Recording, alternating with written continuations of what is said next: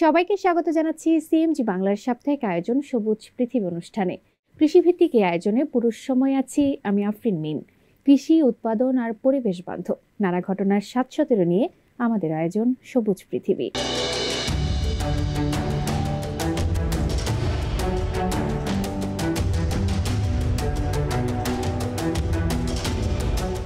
চীনে অনুষ্ঠিত হয়ে গেল belt and road eco agricultural and food safety forum. এবারের ফোরামে ফোকাস করা হয় খাদ্য নিরাপত্তা ও কৃষি উন্নয়ন নিয়ে। ফোরামের অংশগ্রহণকারীরা খাদ্য নিরাপত্তা ও কৃষি উন্নয়নের বিষয়ে গুরুত্ব আরোপ করেন। এছাড়াও এই ফোরামে চীন ও ইথিওপিয়ার মধ্যে খাদ্য নিরাপত্তা ও কৃষি উন্নয়নের সহযোগিতা বাড়ানোর বিষয়ে আলোচনা করা হয়। ইথিওপিয়াকে কৃষিক্ষেত্রে আধুনিক প্রযুক্তিগত সহায়তা প্রদান করবে বলে ঘোষণা দেয় চীন।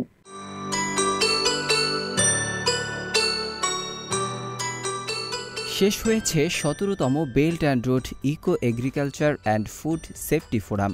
বেল্ট অ্যান্ড রোডের শিকড়কে মজবুত করে কৃষি ও খাদ্যের সহযোগিতা বিনির্মাণ এবং যৌথভাবে মানবজাতির উজ্জ্বল ভবিষ্যতের একটি সম্প্রদায় গড়ে তোলা, এমন থিমকে সামনে রেখে ৭ম চীন আন্তর্জাতিক আমদানি মেলার পাশাপাশি অনুষ্ঠিত হয় ফোরামটি। ফোরামে অংশগ্রহণকারীরা বলেন, কৃষি উৎপাদন এবং খাদ্যের নিরাপত্তা একটি মৌলিক বিষয়।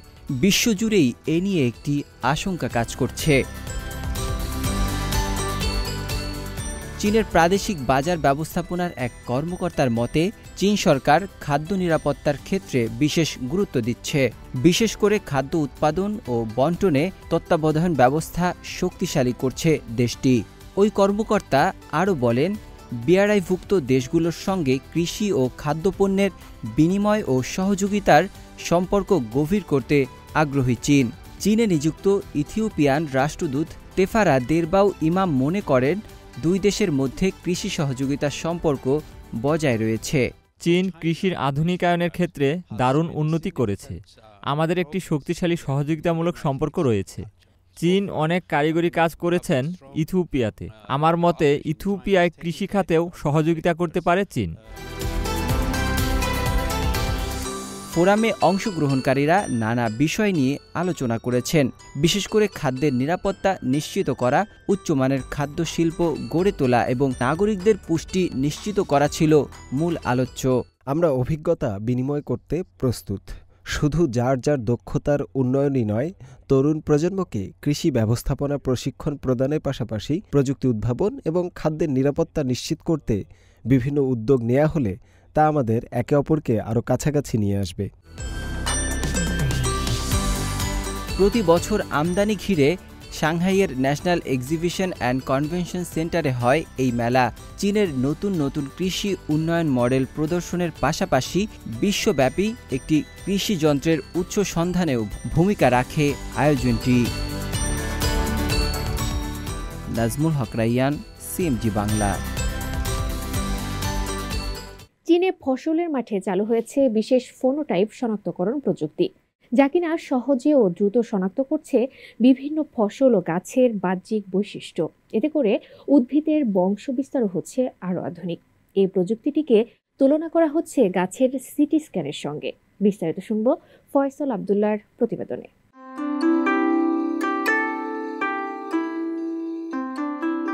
কোনো উদ্ভিদের ফেনোটাইপ হলো এমন কিছু বৈশিষ্ট্য যা বাইরে থেকেই দেখে বোঝা যায়। আবার গাছের খরা সহিষ্ণুতা বা রোগ প্রতিরোধ ক্ষমতার গুণটিও ফেনোটাইপের মধ্যে পড়ে। এবার মাঠের মধ্যে প্রতিটি গাছের আলাদা করে ফেনোটাইপ শনাক্ত করার প্রযুক্তির পরীক্ষামূলক ব্যবহার শুরু হয়েছে চীনে।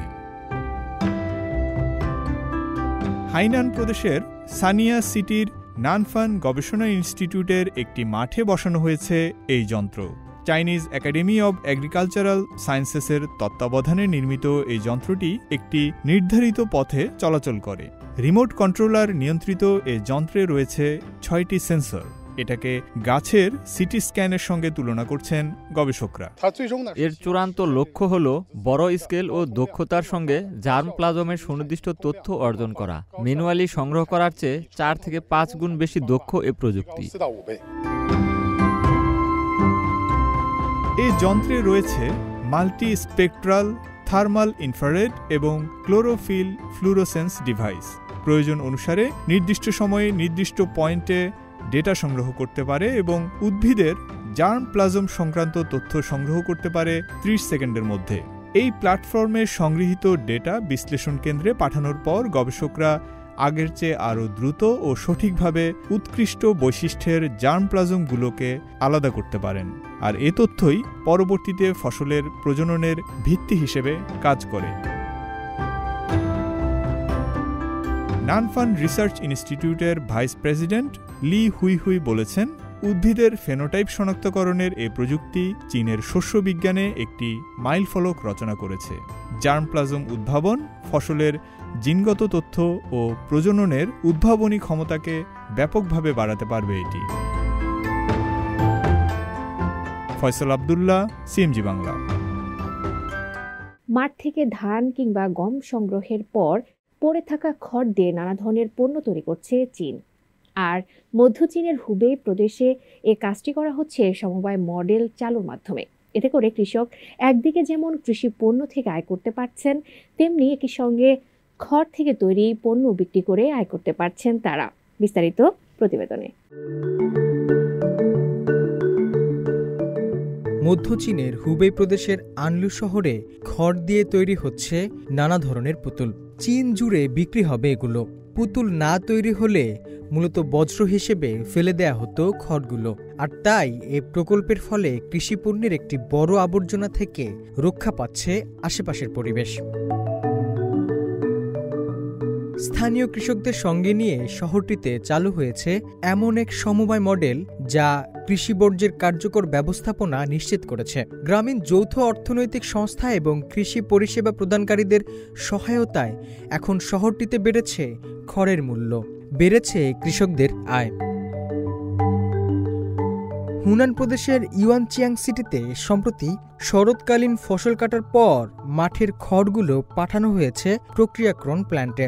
এর কিছু অংশ চীনের উত্তর পশ্চিমে পাঠানো হয়েছে সেখানকার ভূমিতে বালি নিয়ন্ত্রণের কাজে। বাকিটা দিয়ে তৈরি করা হবে পশুখাদ্য ও জৈব সার। ইউয়ানচিয়াং শহরটিতে এখন খড় প্রক্রিয়াকরণে নিয়োজিত আছে 13টি প্রতিষ্ঠান। শহরের কৃষি ও গ্রামীণ বিষয়ক ব্যুরো জানিয়েছে এখানকার খড় থেকে 9 ধরনের পণ্য তৈরি করা সম্ভব। চীনের উত্তর পূর্বাঞ্চলে বায়োমাস বিদ্যুৎ উৎপাদন প্ল্যান্টেও ব্যবহৃত হচ্ছে খড়ের চূর্ণ। হুসনে মোবারক সৌরভ, সিএমজি বাংলা। চীনা ভোক্তাদের মধ্যে সাম্প্রতিককালে চীনের চেরি বেশ জনপ্রিয়তা লাভ করেছে। মূলত উচ্চমান এবং ভালো জাতের ফল উৎপাদন ও পরিচর্যার ফলে চিলির চেরি চীনা বাজারে স্বতন্ত্র পরিচয় তৈরি করেছে। 2005 সালে মুক্ত বাণিজ্য চুক্তি স্বাক্ষরের পর থেকেই চীনের বাজারে চিলির উৎপাদিত চেরি প্রবেশের দ্বারও উন্মুক্ত হয়। এর ফলে দেশটির চেরি বাণিজ্য আরও বিকশিত হয়েছে। বিস্তারিত শুনব শুভ আনোয়ারের প্রতিবেদনে।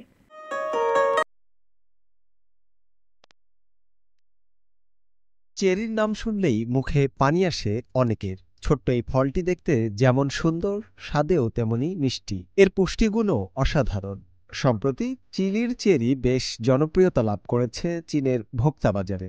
চীনের এই বিপুল ভোক্তা চাহিদার বিষয়টি মাথায় রেখেই উৎপাদন বাড়িয়েছে চিলির চেরি চাষিরা। এর ফলে দেশটির বাণিজ্যও আরও বিকশিত হয়েছে। চিলির বিখ্যাত ফলের কোম্পানি ও প্রধান চেরি রপ্তানিকারক গার্সেস ফ্রুট কোম্পানিটি 1997 সাল থেকে চীনে চেরি রপ্তানি শুরু করে। তবে 2005 সালে চীন আর চিলির মধ্যে ব্যবসা বৃদ্ধির লক্ষ্যে মুক্ত বাণিজ্য চুক্তি স্বাক্ষরের পর থেকেই চীনে চিলির চেরি ব্যবসা অনেক বেড়েছে। প্রতিষ্ঠানটি বলছে তাদের চেরি চীনে খুবই ভালো বিক্রি হচ্ছে। চীনে চেরির চাহিদাও দিন দিন বাড়ছে। তাই চীনের সঙ্গে ব্যবসা আরও বাড়াতে আগ্রহী বলে জানালেন কোম্পানিটির প্রধান হার্নান গার্সেস। গার্সেস ফ্রুটের প্রেসিডেন্ট হার্নান গার্সেস সম্প্রতি চায়না গ্লোবাল টেলিভিশন নেটওয়ার্ক সিজিটিএনকে জানালেন চীনে তার চেরি ব্যবসার অভিজ্ঞতার কথা। চীনের ভোক্তা বাজারের কারণে আমাদের চেরি ব্যবসা বিকশিত হয়েছে। আমরা উন্নত মানের ভালো জাতের চেরি উৎপাদন ও রপ্তানিতে ফোকাস করেছি। চীনের উন্নয়ন থেকে চিলির চেরি ব্যবসা উপকৃত হয়েছে। বর্তমানে এই কোম্পানিটির 70,000 হেক্টরের বিশাল চেরি বাগান রয়েছে। এই বাগানটি একটি সুন্দর পর্বতমালায় অবস্থিত, যেখানে প্রচুর পরিমাণে পানিও রয়েছে এবং আবহাওয়াও চেরি চাষের জন্য খুবই উপযোগী। এই পরিবেশের কারণেই চেরিগুলো খুব সুন্দর রঙের এবং স্বাদেও অনন্য হয়। গার্সেসের মতে চেরি শুধুমাত্র চিলির কৃষির জন্য গর্বের বিষয় নয়, এটি চীনা সংস্কৃতিরও সৌভাগ্যের প্রতীক। তাই কোম্পানিটি চীনের মানুষকে আরও ভালো চেরি উপহার দিতে চায়। এর জন্য তারা চীনের অন্য কোম্পানিগুলোর সঙ্গেও ব্যবসা করতে আগ্রহী। গার্সেস ফ্রুটের উৎপাদন বিভাগের কর্মী ইগনাসিও প্রিজারো, তার কাজ হলো উৎপাদিত চেরিগুলো রপ্তানির পূর্বে পণ্যের মান নিশ্চিত করা। আমরা সবসময় খেয়াল রাখি যাতে আমাদের চেরিগুলোর রং আর আকার ঠিকঠাক থাকে। এর রং, আকার, নানা জাতের আকৃতি আর স্বাদ এসব আমাদের মন জয় করে। আমি খুব গর্বিত যে এই সুন্দর আর সুস্বাদু ফলটা শুরু থেকে শেষ পর্যন্ত তৈরি করতে পেরেছি। গত ৭ বছরে চীনের চিলি থেকে চেরি পাঠানো প্রায় ৩০% বেড়েছে। এই চাহিদা বৃদ্ধির কারণে চিলিতে চেরির বাগানও বেড়েছে। ২০০০ সাল থেকে ২০২২ সাল পর্যন্ত চিলিতে চেরি বাগানের আকার প্রায় ২০ গুণ বেড়েছে। এর ফলে চিলির অনেক কৃষকও লাভবান হচ্ছেন। চলতি বছর পেরুতে অনুষ্ঠিত হবে এশিয়া প্যাসিফিক ইকোনমিক কোঅপারেশন অ্যাপেকের অর্থনৈতিক নেতাদের সভা। অ্যাপেক সদস্য হিসেবেও চীন ও চিলির মধ্যে দীর্ঘদিনের বন্ধুত্বপূর্ণ সহযোগিতা সম্পর্ক বিদ্যমান। সাম্প্রতিক বছরগুলোতে বিশেষ করে চিলির চেরি চীনা বাজারে জনপ্রিয়তা অর্জনের সঙ্গে সঙ্গে দুই দেশের মধ্যে অর্থনৈতিক ও বাণিজ্যিক সম্পর্কও শক্তিশালী হয়েছে। শুভ আনোয়ার, সিএমজি বাংলা। চীনের উইগুর স্বায়ত্তশাসিত শিনচিয়াং অঞ্চলের তাকলামাকান মরুভূমির একটি অংশকে সবুজ ও প্রাণময় করে গড়ে তোলা হচ্ছে। একসময় যেখানে ছিল অনুর্বর ঊষর মরু, সেখানে এখন ফসল ফলানো সম্ভব হচ্ছে। কিভাবে এই আজব ঘটনা ঘটল সেটি দেখব শান্ত মারিয়ার প্রতিবেদনে।